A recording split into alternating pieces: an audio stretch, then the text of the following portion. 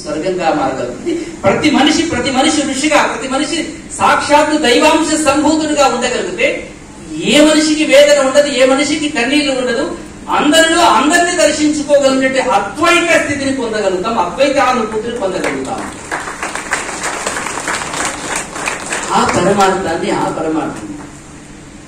పరమార్థాన్ని మళ్ళీ ఒకసారి గుర్తు చేయడానికి ఈ పాద పూజ మహోన్నతమైనటువంటి విశ్వయజ్ఞం, సనాతన ధర్మయజ్ఞం.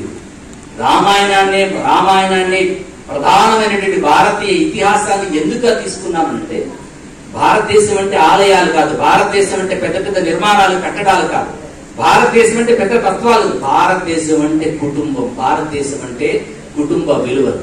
ఆ కుటుంబ విలువలను ఎంత పటిష్టంగా పరిపూర్ణంగా కాపాడుకోగలుగుతామో భారతీయ ఆత్మ ఆ రకంగా బతకడానికి అవకాశం ఉంది. భారతీయ ఆత్మకి మూలాధారమైనటువంటి కుటుంబ వ్యవస్థ ఈరోజు కూలిపోతుంది.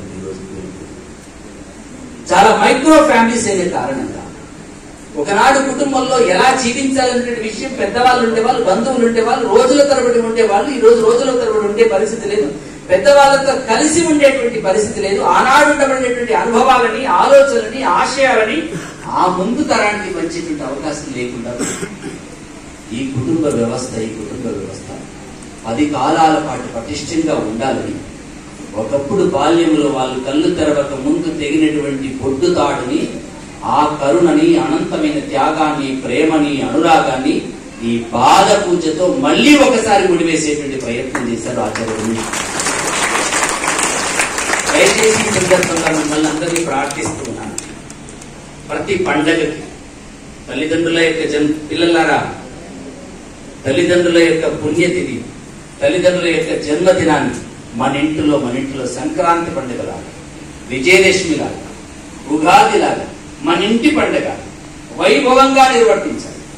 ఇలాగే అమ్మ పుట్టినరోజు అమ్మ పాద పూజ చేయాలి, నాన్న పుట్టినరోజు నాన్న పాద పూజ చేయాలి, మీ పుట్టినరోజు ఇద్దరి పాద పూజ చేయాలి. చేస్తారా? ఎంతమంది చేస్తారు? గుడ్.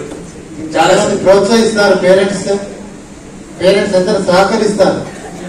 చాలా సంతోషం.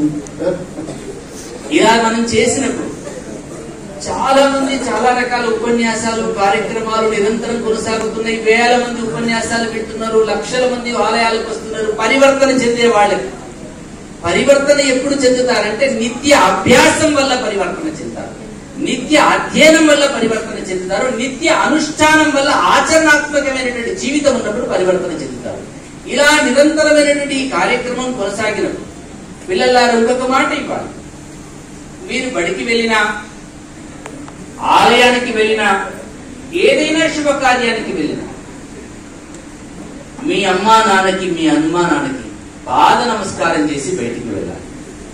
ఎంతమంది చేస్తారు? చేస్తారా? ఈ విలువలని, ఈ ధర్మాన్ని, ఈ సంస్కృతిని సజీవంగా నిలబెట్టడం కోసం రామకృష్ణ మఠం తీసుకున్నటువంటి ఒక బృహత్తరమైనటువంటి విశ్వయజ్ఞం, సనాతన ధర్మయజ్ఞం, మానవ యజ్ఞం, మాతాపితృల యొక్క పవిత్రమైనటువంటి పాద పూజని ఇది నిత్యం ఒక సనాతనమైనటువంటి జీవన స్రవంతిగా కొనసాగాలని చెప్పేసి ఆకాంక్షిస్తూ సెలవు తీసుకుంటాం.